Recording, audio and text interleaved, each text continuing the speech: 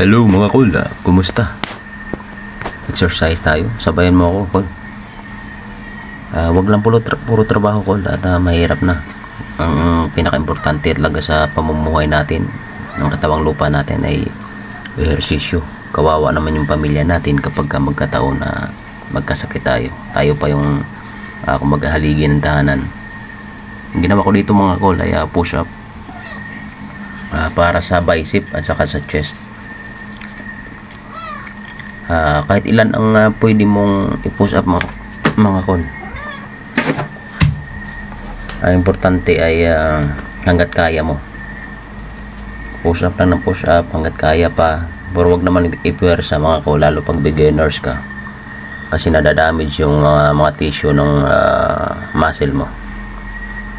At dito naman mga kulay, ang ginawa ko dyan ay sit up mga kol para sa abdominal,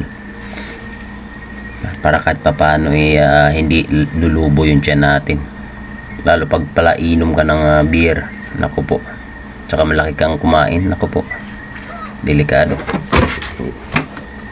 Okay, let's go. Push up tayo dito ulit mga kol. Pwede naman siya pagtapos ng ibang position, babalikan mo ulit yung push up para talaga work yung dibdib at saka bicep. Napansin niyo naman ko kahit ilang linggo pa lang ako niyan nagwo-workout, pero parang lumubo na yung bicep ko.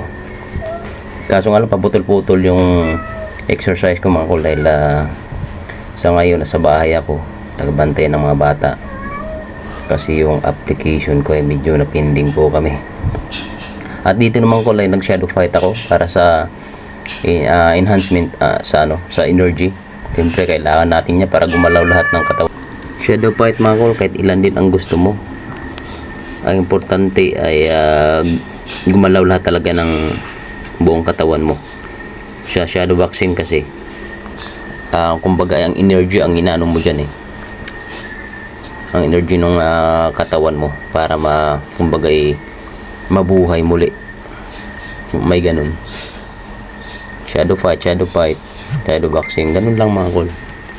Simpleng routine lang kapag kahit nasa bahay ka, trabaho, pwede rin yung sit up with chair. Pero kailangan mga kol, isama mo talaga yung shadow fight. Napaka-importante. Shadow boxing. Okay mga kol, salamat.